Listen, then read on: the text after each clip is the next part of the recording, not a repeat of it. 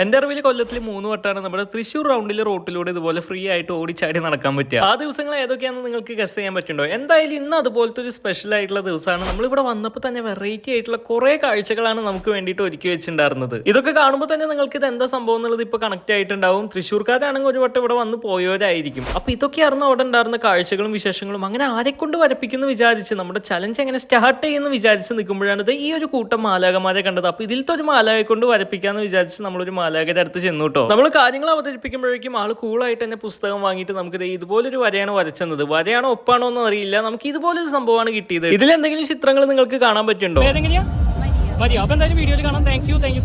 മാലക വരച്ച വരനെ ഡെവലപ്പ് ചെയ്തിരുന്നപ്പോൾ നമുക്ക് ഇതുപോലൊരു സംഭവമൊക്കെയാണ് അതിൽ തെളിഞ്ഞു വന്നത് കേട്ടോ. എന്റെ കുഴപ്പമാണോ മാലാഖയുടെ വരയുടെ കുഴപ്പമാണോ എന്ന് അറിയില്ല. എന്തായാലും നമുക്ക് കിട്ടിയേക്കണ ഈ ഒരു ക്യാരക്ടറിനെ നിങ്ങൾ എവിടെയെങ്കിലും കണ്ടതായിട്ട് ഓർക്കുണ്ടോ?